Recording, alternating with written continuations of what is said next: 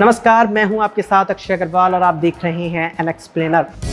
अब चलते हैं श्रीलंका, जहां जनता सड़कों पर उतरी है। प्रदर्शनकारियों ने राष्ट्रपति भवन को अपने कब्जे में ले लिया है। उनका कहना है कि बदलाव के जिस वक्त का हम इंतजार कर रहे थे वो आ गया है। राष्ट्रपति गोटबाया ने 13 जुलाई को इस्तीफे का ऐलान कर दिया है। इतना ही नहीं, बढ़ती हिंसा को देखते हुए प्रधानमंत्री रनिल विक्रमसिंघे ने पहले से ही इस्तीफा दे दिया है। मीडिया रिपोर्ट्स के अनुसार प्रदर्शनकारियों ने राष्ट्रपति गोटबाया राजपक्षे के आवास पर धावा बोलकर उनकी हवेली के अंदर करोड़ों रुपए बरामद करने का दावा किया है। सोशल मीडिया पर एक वीडियो शेयर किया जा रहा है जिसमें प्रदर्शनकारियों को बरामद किए गए नोटों की गिनती करते हुए दिखाया गया है। श्रीलंकाई अखबार डेली मिरर के मुताबिक बरामद धन को सुरक्षा इकाइयों को सौंप दिया गया है। 7 दशकों में देश के सबसे खराब आर्थिक संकट पर आक्रोशित प्रदर्शनकारियों ने श्रीलंकाई राष्ट्रपति के आधिकारिक आवास पर धावा बोल दिया और कोलंबो में प्रधानमंत्री के निजी आवास में आग लगा दी। श्रीलंका के लिए 9 तारीख एक मुसीबत की तरह बन गई है। पिछले 4 महीने से लगातार 9 तारीख इस देश के लिए नई मुसीबत लेकर आ रही है। सबसे पहले राष्ट्रपति गोटबाया राजपक्षे के कार्यालय के सामने उनके इस्तीफे की मांग को लेकर 9 अप्रैल को विरोध प्रदर्शन शुरू हुआ था। इसके बाद 9 मई को तत्कालीन श्रीलंकाई प्रधानमंत्री महिंद्रा राजपक्षे ने अपने पद से इस्तीफा दे दिया था। इसके बाद 9 जून को वित्त मंत्री बासिल राजपक्षे ने इस्तीफा दिया और अब 9 जुलाई को गोटबाया राजपक्षे के साथ साथ नए प्रधानमंत्री रनिल विक्रमसिंघे ने भी अपने पद से इस्तीफे का ऐलान कर दिया। श्रीलंका में आर्थिक संकट बढ़ने के बाद पहला सबसे बड़ा राजनीतिक परिवर्तन 9 मई को हुआ था। महिंद्रा राजपक्षे ने अपने कार्यालय से इस्तीफा दे दिया था। 1 महीने बाद वित्त मंत्री बासिल राजपक्षे को भी अपने पद से हाथ धोना पड़ा। इसके बाद 9 जुलाई को तो सारी सीमाएं ही टूट गई। 9 जुलाई को श्रीलंकाई राष्ट्रपति गोटबाया राजपक्षे को अपना आवास छोड़कर जाना पड़ा। शाम होते होते श्रीलंकाई प्रधानमंत्री रनिल विक्रमसिंघे ने भी सशर्त इस्तीफा देने की बात कही। इसी बीच विक्रमसिंघे कैबिनेट के 2 मंत्रियों ने इस्तीफा दे दिया है।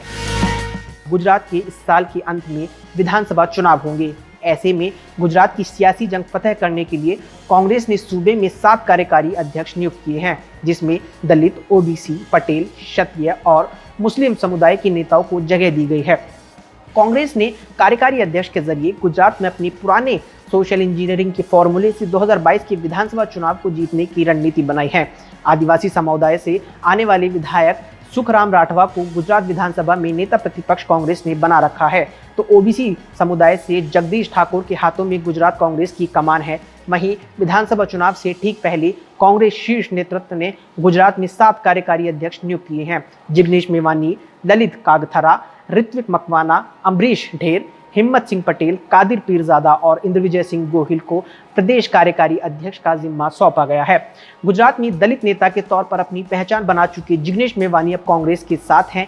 ऐसे में कांग्रेस ने उन्हें गुजरात का कार्यकारी अध्यक्ष नियुक्त किया है। जिग्नेश मेवानी युवा होने के साथ साथ कांग्रेस के फायर ब्रांड नेता के तौर पर जाने जाते हैं। ऐसे में पार्टी अब उनके जरिए दलित मतों को साधने की कवायद में है।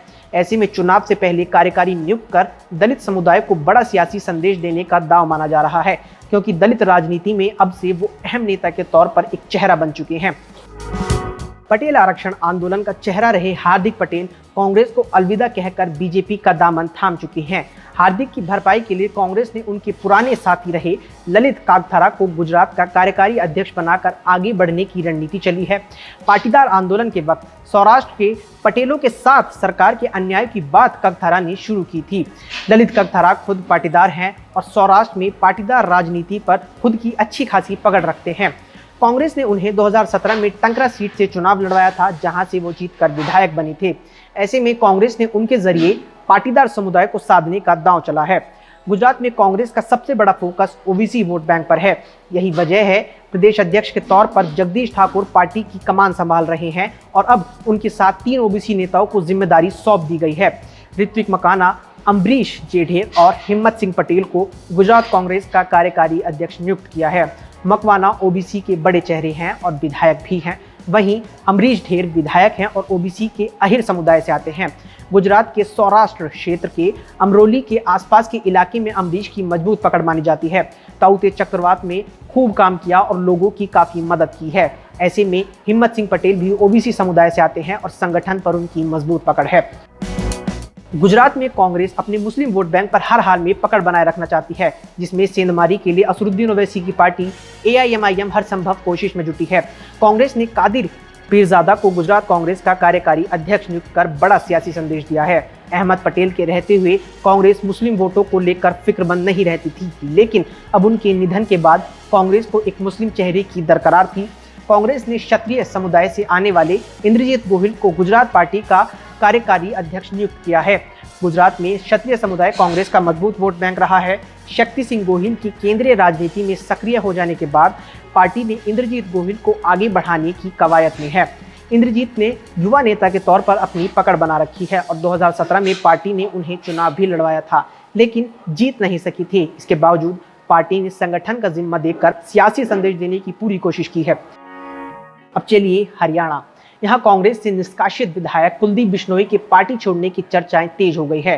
कुलदीप ने केंद्रीय गृह मंत्री अमित शाह और भाजपा के राष्ट्रीय अध्यक्ष जेपी नड्डा से मुलाकात की है। इसके बाद उन्होंने दोनों नेताओं की शान में कसीदे पढ़े। बिश्नोई ने अमित शाह के लिए लिखा, अपनी जुबान के लिए सरे रहा हो जाना बहुत कठिन है, अमित शाह हो जाना। इससे पहले बिश्नोई ने अपने ट्विटर अकाउंट से सोनिया और राहुल गांधी की फोटो हटा दी थी। राजीव गांधी के साथ बिश्नोई ने अपने पिता और पूर्व मुख्यमंत्री भजन लाल का फोटो भी हटा दिया है। इन फोटो की जगह तिरंगा लगाया गया है।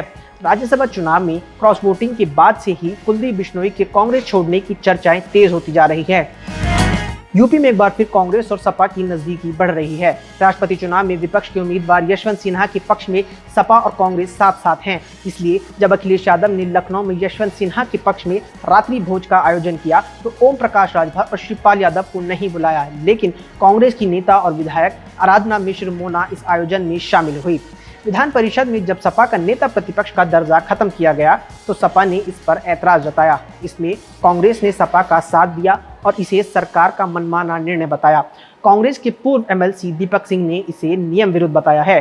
2017 के चुनाव बाद सपा और कांग्रेस की राहें अलग हो गई थी, लेकिन दोनों के बीच उस तरह की तल्खी नहीं आई जितनी सपा और बसपा के रिश्तों में आ चुकी है।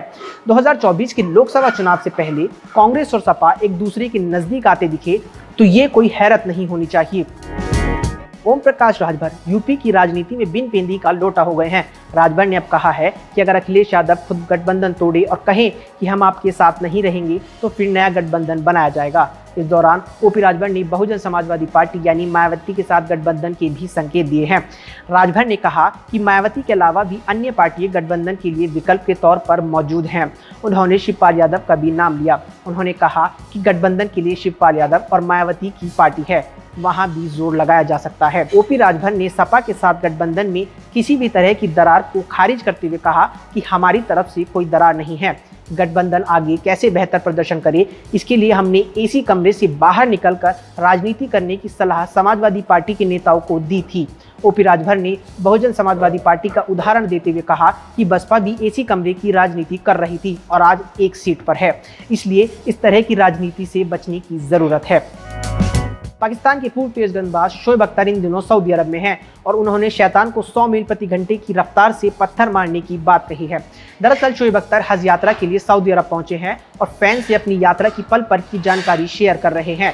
हज यात्रा तभी पूरी मानी जाती है जब मक्का के शैतान को पत्थर मारने की रस्म पूरी होती है। ऐसे में शोएब ने भी हाल ही में इस रस्म को पूरा किया है और इससे जुड़ा अपना एक वीडियो इंस्टाग्राम पर शेयर किया है। इस वीडियो के साथ उन्होंने एक कैप्शन लिखा, शैतान को पत्थर मारने की रफ्तार तो मैंने नहीं मापी, लेकिन गुस्सा जरूर 100 मील प्रति घंटे की रफ्तार जैसा था। इस वीडियो की शुरुआत में शोएब को ये कहते हुए सुनाया जा सकता है कि इसको छोड़ना नहीं। शोएब पिछले हफ्ते ही सऊदी अरब के स्टेट गेस्ट की हैसियत से हज यात्रा के लिए यहाँ पहुंचे थे। आपको बता दें कि शोएब अख्तर 2002 में 100 मील प्रति घंटे की रफ्तार छूने वाले दुनिया के पहले गेंदबाज बने थे। पाकिस्तान के तेज गेंदबाज ने 27 अप्रैल 2002 को लाहौर में न्यूजीलैंड के खिलाफ तीसरे वनडे के दौरान ये उपलब्धि हासिल की थी। नोएडा पुलिस ने गौरव तनेजा को धारा 144 का उल्लंघन करने के आरोप में मेट्रो स्टेशन से गिरफ्तार किया था। गौरव नोएडा सेक्टर 51 मेट्रो स्टेशन पर अपना बर्थडे सेलिब्रेट करने पहुंचे थे। उन्होंने बर्थडे सेलिब्रेट करने की जानकारी अपने फैंस को पहले से ही सोशल मीडिया के जरिए दे दी थी। गौरव की पत्नी ने बर्थडे सेलिब्रेशन का वेन्यू और टाइम भी अपने वीडियो में बताया था। इसके बाद मेट्रो स्टेशन पर गौरव के हजारों फैन पहुंच गए, जिसके चलते वहां अफरा तफरी मच गई और लंबा जाम लग गया। अपने चहेते यूट्यूबर को देखने की चाहत में भगदड़ जैसे हालात पैदा हो गए थे। गनीमत रही कि कोई भी हताहत नहीं हुआ। जैसे ही पुलिस को इसकी जानकारी हुई तो फौरन फोर्स मौके पर पहुंच गई। पुलिस ने हालात कंट्रोल में किए और घटनास्थल से ही यूट्यूबर गौरव तनेजा को हिरासत में ले लिया। फिर 2 घंटे की हिरासत में रखने के बाद नोएडा पुलिस ने उन्हें गिरफ्तार कर लिया। उन पर धारा 341 और 188 के तहत मुकदमा दर्ज किया गया। उन पर बिना परमिशन भीड़ को सेलिब्रेशन के लिए बुलाने का आरोप भी लगा, वो भी तब जब नोएडा में धारा 144 लागू है।